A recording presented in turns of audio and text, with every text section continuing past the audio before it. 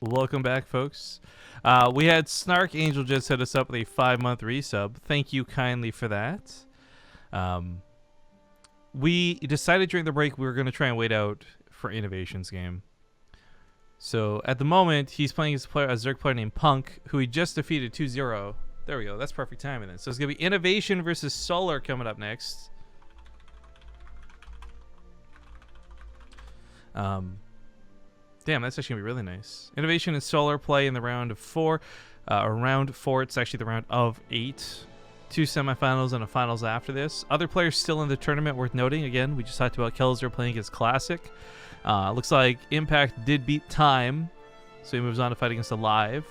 Root Hero, in the bottom side of the bracket, waits for either Cloudy or Hush. So I made jokes today about Olivia finally stopped picking on all the Protoss by seeding them against each other, but it still ends up happening. It's just Protoss, more Protoss down there. But yeah, this still makes for some really good potential finals. I do want to point out, though, that Bjorn lost to Alive. It wasn't a no-show. Bjorn actually lost 0-2 to Alive. Oh no, it's a sign of things to come. I mean, Alive's ZvT is pretty good, but that's still surprising to me that it's 0-2. Yeah, a little. I know that Bjorn has had trouble with ZvT in the past, but he seemed to have fixed it. Is Solar here? He's away, so he's been waiting for a while. I'll poke him on Skype. Well, INnoVation's not joining either, so it's like it's gonna be waiting for everyone. Solar, of course, playing for Splice. I believe INnoVation is teamless still, right? I think so. Solar, if I had to guess, like probably watch him at the Brood War stream. We're gonna be honest. Probably. I think a lot of people are. That hype, though. Actually, so a bit of just call it gossip, I suppose. Did you see that clip that was on Reddit about Sue's opinion on things or whatever, where he's like, "I miss my teammates"? I didn't. So I think there's a donation or something that came in. They asked, like, basically, do you miss the team house? And he kind of said, like, not the house, but my teammates. So I know you made that joke about True feeling a little bit lonely, but I guess some of these other guys are feeling the effects of it too, even those that are in Korea. Makes sense. I mean, some of these guys have actually lived in team houses like their entire lives. For those that like played in Brood War Pro League as well, and had to go back to either living with their family or having enough money to live by themselves, but still not being used to it is be a little bit of surprise. I mean, I certainly miss Korea just because like I wasn't in a team house, but since everyone was like readily available via subway, like it was so much nicer, right? Yeah, for sure.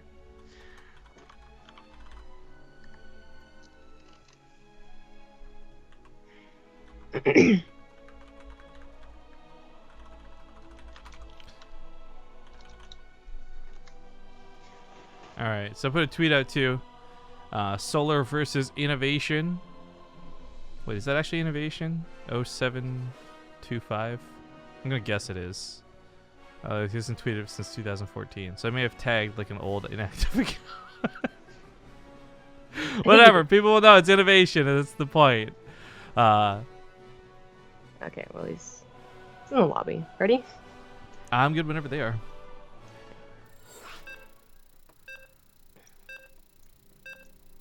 Alright, well, let's hop to the in-game screen. This, by the way, will hopefully be a more regularly lengthed TVZ, you could say. No. It's funny, though, because last time Solar and INnoVation fought, I should point out really quick that Solar won, but he also came in, like, boots shaking, saying, like, oh, INnoVation's the machine, though. I'm scared. Like, I don't think I can win. Yeah, I thought that was very odd. And then he won. Well, this guy has been quoted as saying Zerg Imba. In the top left, it's going to be the red Taran machine INnoVation. Even I'm laughing at when Taran said that anything is Imba. In the top right, it's the blue Zerg. He is Solar. What's really heartbreaking is actually players like INnoVation and Bjorn actually do, in a small way, ruin the game for everybody else by being so good at Taran. And this has nothing to do with necessarily balance and checks for the race, but it's like balance and checks for them. Because very specific things that would nerf the game on a high level of gameplay would ruin the game for everybody else. Like the hundreds of thousands of other StarCraft fans out there that play casually, right? So on the other hand, you can't really buff it. Like if the Taran win rate, it's not. But if it was lower in Diamond League, but you still saw INnoVation and Beyond winning tournaments, the fear of buffing them then is that you will absolutely make those guys overly broken. So it's like them being so good at this race ruins it for the rest of us. Yeah. Well, I really like, so whatever for casuals who aren't dependent on the game and like winnings to, actually They play the game for fun, not for a job. Yeah, for their job. I feel for the foreigners, like it's always been the case of Korean Terrans versus foreigner Terrans, and it hasn't changed in 7 years of StarCraft. Where the Korean Terrans were fine at multiple stages of StarCraft, maybe not Wings of Liberty, Broodlord, and Fester, but even then, better than the foreigners. And the foreigners are just like, well, like, we're Terran, but I think we chose the wrong race. Like, this is too hard, man. Like, I can't do it. I mean, look at Maro and some of the other guys. TLO, I guess, is a further oldest example, like just swapping off of it. Yeah, well, that, of course, it's actually a valid complaint that you'll hear professional foreign Terrans talk about. Like, the Korean Terrans they're kind of magic in a way. Like, they can do it, and, like, it's really hard to, and we can't quite do it yet. And they'll admit that, but they'll also be like, it's frustrating, It's not total, like, blame everyone else strategy, but it is kind of like, damn Korean Terrans. Yeah, there's a lot of times where I will be the first one to be like, God damn it, David Kim, fix this shit. But there are exceptions where you're kind of like, you understand moments like this, and you're like, I would not want to have to be the guy on the balance team who has to find some sort of solution, right? Yeah. Like, I think the biggest indication of that was when Bjorn was winning against Ultras in the early Legacy of the Void. Yeah. So that actually level of control was, I think, the biggest, most obvious display, where you had 4 Terran players, like just simply 4 who could use ghosts. Then the entire rest of the StarCraft population could not figure them out. In fact, even the best foreigners, not to say that they're better or worse than the Koreans, but they just could not make that unit work in any situation. It made Beyond magical, but it also made a lot of our tournament ZvZ, so it was gonna take. Yeah, that's true. Yeah, I don't miss those times. Actually, take it back further. You remember when we were casting things like the Lycan League, and like for 7 weeks in a row, both semifinals are ZvZ, and I'm just like, kill me. I don't want to do this anymore. And it sucks. And unfortunately, I think in the, the time, like. Overall, when we look back 10 years from now, no one's going to remember why Bjorn started off magical. Everyone's going to probably remember that he was very good, and then he won BlizzCon as kind of like this golden boy, and that'll be probably more of the highlight moment than it is the 7-month the Olimoleague, who's the only Taran winning. Yeah, and no one thinking about his nickname Ghost King, because that's kind of coming on too. Like, yeah. Well. Yeah, regardless of that, Beyond INnoVation, just two players who set the bar above the rest. And I guess we don't really get all these complaints about INnoVation because, honestly, he wasn't as active.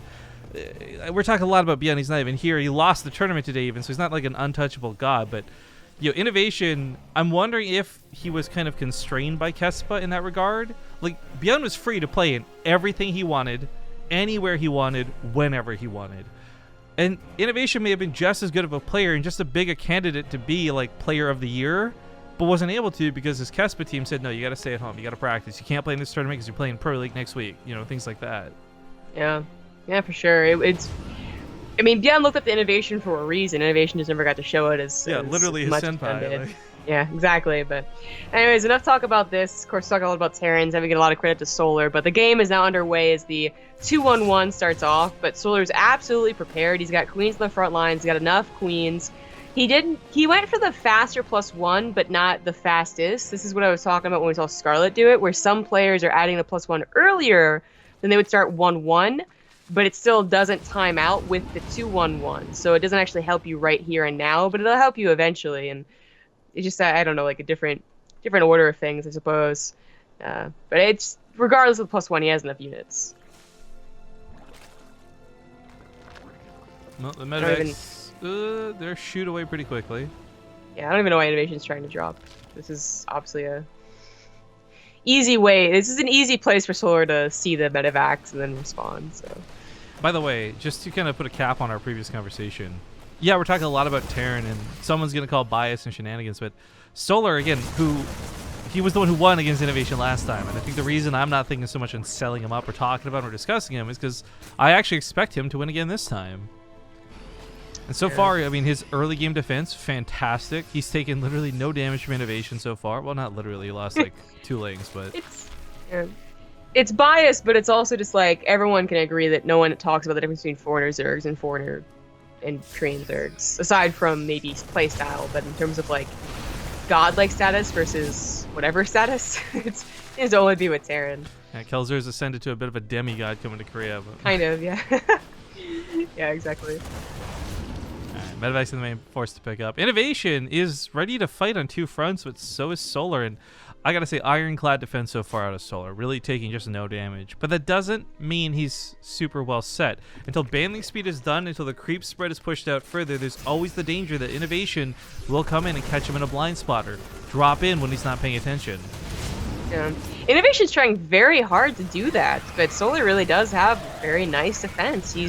I mean, it's Habit Sensation. It's very linear. Obviously, you're most likely expanding in a vertical fashion. So, you know they're going to drop to the main, and they're going to drop to the third, and then, you know, do it over and over again. So, you can have units in position. It's just a question of having those units and not losing out on economy. Solar got to a good drone count very early on, and has been doing nothing but army for some time. So, he has enough to do this. So he has enough to split. I wish Vortex still played this game because I just thought of an amazing pun. All right, let's pretend it's Vortex playing for a second, right? Okay. You're not expecting his units to be properly positioned for the fight, so nobody expects the Spanish in position. In position. Oh. God. I thought you were gonna have a pun with his name, so I was. No, I needed a Spanish player, and I couldn't think of any. Gotcha. But okay, this attack out of INnoVation is up 20 supply. Not looking too bad. Widowmine might get an amazing hit, but they both burrow a little bit late, so Solar... Oh, I was like, the Overseer was there. The Banelings were on top of the Widowmines. I thought for certain they weren't even going to get a shot off. Those were the next words about to leave my mouth, but GG's, get calm. What a phenomenal Widowmine hit. Such skill and grace and unit. Oh my goodness, Widowmine. It's not Widow yours, it's Widowmine. The true representation of the skill of Korean Terrans. Yeah, right. We're talking about all this cool micro and macro and like the ability to play the game. And INnoVation just fucking lucked out with an amazing hit. Because there was no focus fire on that. And that was like the hope that it didn't go Solar wants Overgrowth next, by the way. Oh, it was so bad. I have no words for how bad that was because that was not... I don't think that was something either of them really controlled. That was one of the rare moments in StarCraft where it was a total RNG moment that totally screwed him over. Solar took no damage up to that point. Lost everything in one win. I can't. I just can't. Even I'm crying Imba at this point. Fuck Taran. Yeah, that was especially bad because I think if he was really expecting to trade a lot, he would have had backup Banelings, but, you know, he was figuring he had enough for some time, and he was getting his 4th base up, and he didn't have to make extra Banelings, because it would have been enough. You know, if like 4 Widowmines get a hit like that, I'm like, okay, cool. 1 Widowmine gets a hit like that. Yeah, that was not supposed to happen. Solar was perfectly fine up until that point. There's nothing else going on. Well, Magic of Taran. Magic of Taran. Getting into game number 2, folks. Overgrowth was Solar's map pick. This breaks my heart though watching that. I'm trying to watch this on the stream delay. It hasn't hit yet, me too. but it's going to soon. I think right now everyone's facepalming at my amazing Spanish Inquisition joke. But, all right, game number 2. Ladies and gentlemen, spawning at the top right side of the map. He's down 1 game. It's going to be the Red Zerg player, Solar. It just happened. I just watched it. In the bottom left, as the blue Taran, he is INnoVation.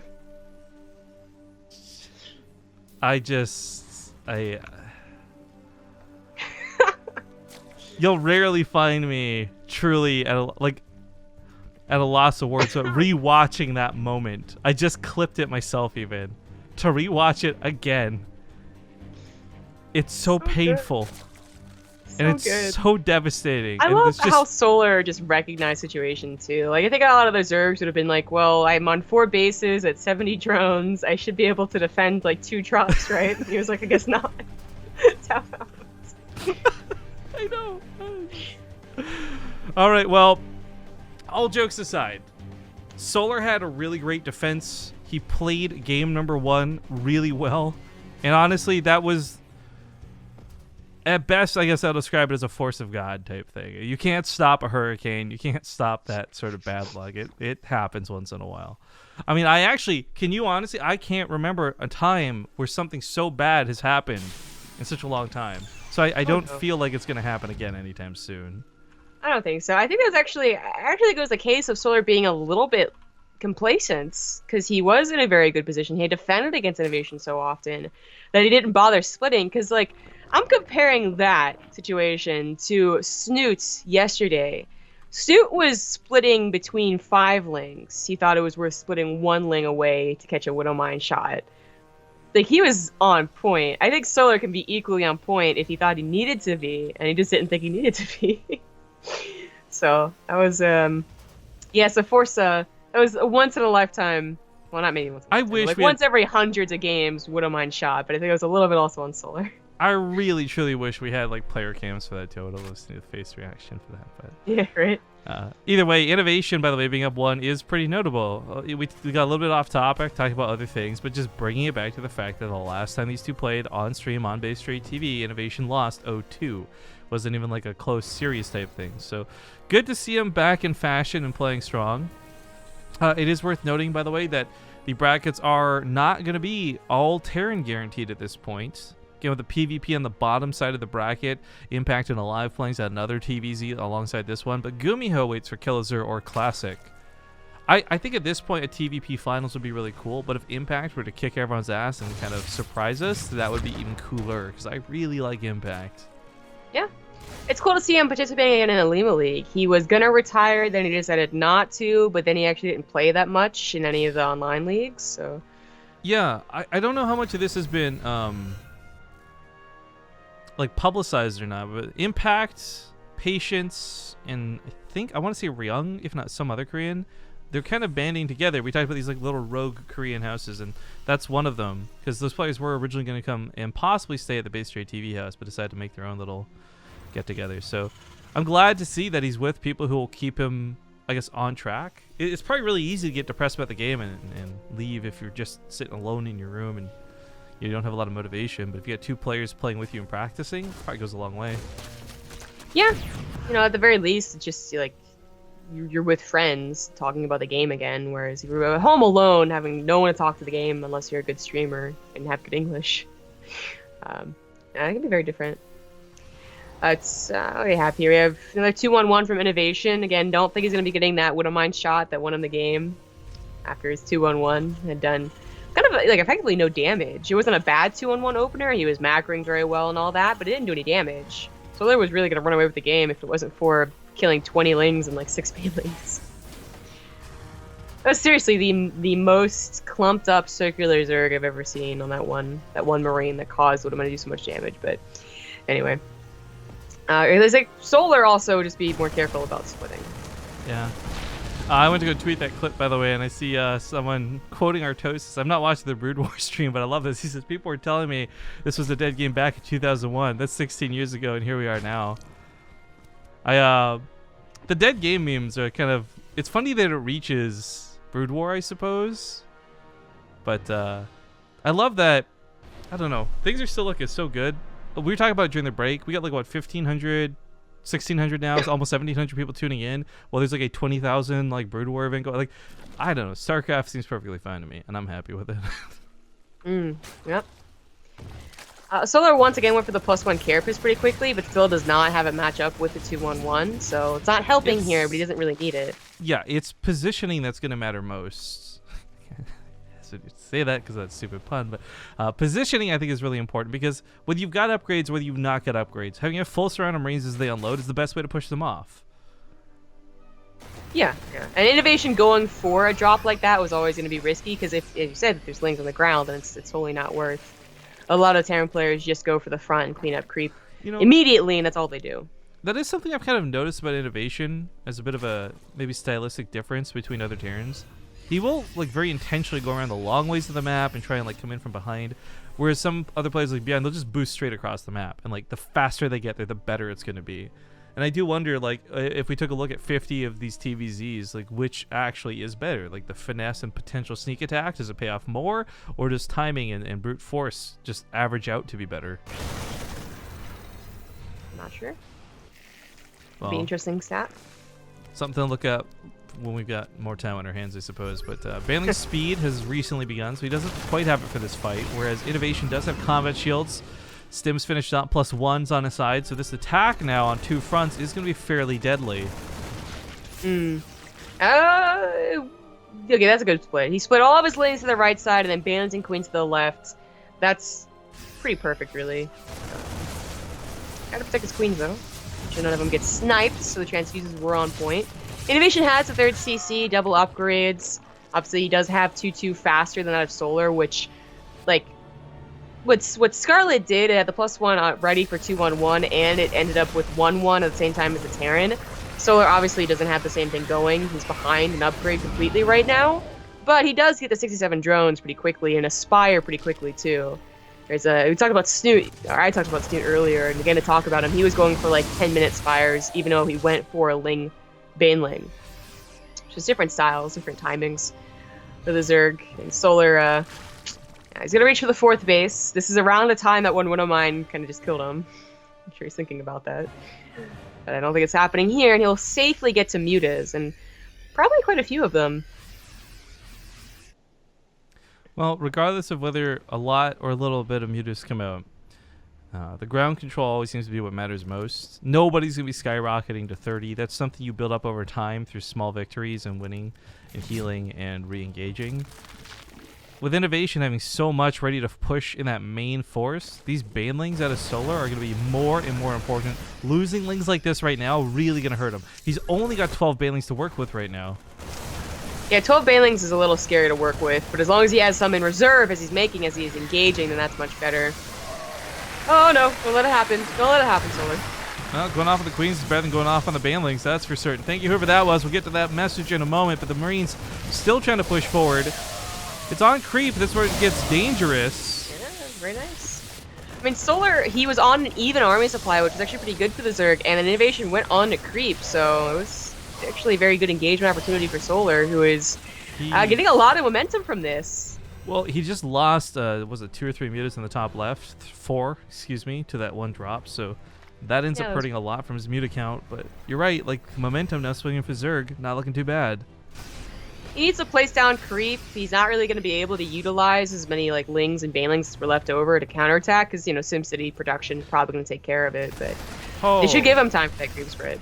Holy shit. I didn't think it was a big donation because it just did the clap sound. It didn't do the play good double. It was a big-ass donation from, you guessed it, Prognosticator. This guy is insane. He says, stop a hurricane. Hold on. What if the hurricane was named Hurricane Ditka? Dubbers. Go holy moly. This is just like a million references starting to this one donation. Go holy moly league. Go. Also, respond to your messages, Rifkin. Funny like a clown. What? I only know one of those references. I know, I like dubbers. That's it for me. I don't even know why that was in there.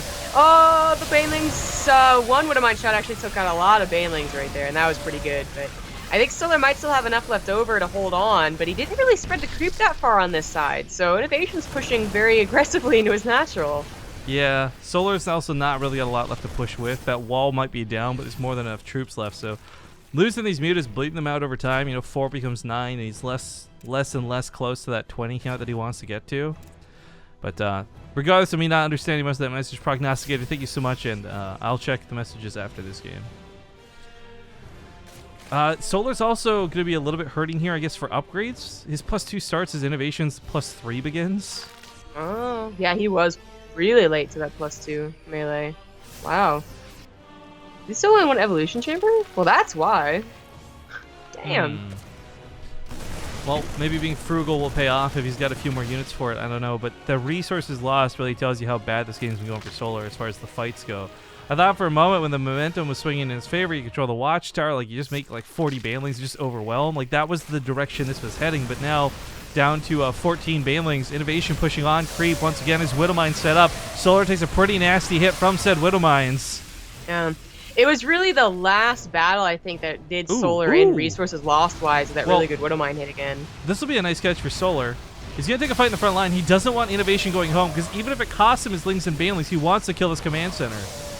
He doesn't have enough mutas to take on all the Marines and the command center, I don't think. Yeah, it feels bad, man. Turns around to say, okay, I'll get some concession SCVs on the way out, I suppose. But INnoVation scattered. He's got one medevac for every Marine at this point because the Mutalisks have not been picking them off, and Solar starting to just die. Oh, these Banelings could be really good. In fact, life-saving. Not quite enough. Almost. I thought they would be good enough. The Mutas are going to fly home and try and clean up what's left. There's really not that much remaining, but still, I don't think the Mutas can take this on. If there was like 5 more of them, I think they would actually have no trouble, and this would be perfect. But that's the problem. He's been hemorrhaging out the Mutas all game. 14 died. Yeah. Yeah, this looks like INnoVation's going to win. Yep. INnoVation taking down. He's dealing too much damage. So we went with this push, but I think he did enough damage, took out the Mutas, took out a lot of drones. More drones going down to Liberator here, and INnoVation. We might not be on 4 bases. GG's. Very good enough. GG's. INnoVation, ladies and gentlemen, will take this series 2-0, get a little bit of revenge on Solar for their last time playing, and we'll move on to the semifinals. So starting to get to that money for the Olimoleague. Oh yeah, $25. Yeah, 25 for 3rd and 4th isn't bad, considering especially Corsair's like 10 for 3rd and 4th, so 2.5 times. But that's of course made possible thanks to you guys and your contributions to the Patreon. So shout outs to anybody who helps make the Olimoleague happen. Of course, directed and run by Olimoleague herself. But we are going to, I guess, head off to a commercial break while we find out what we get into next.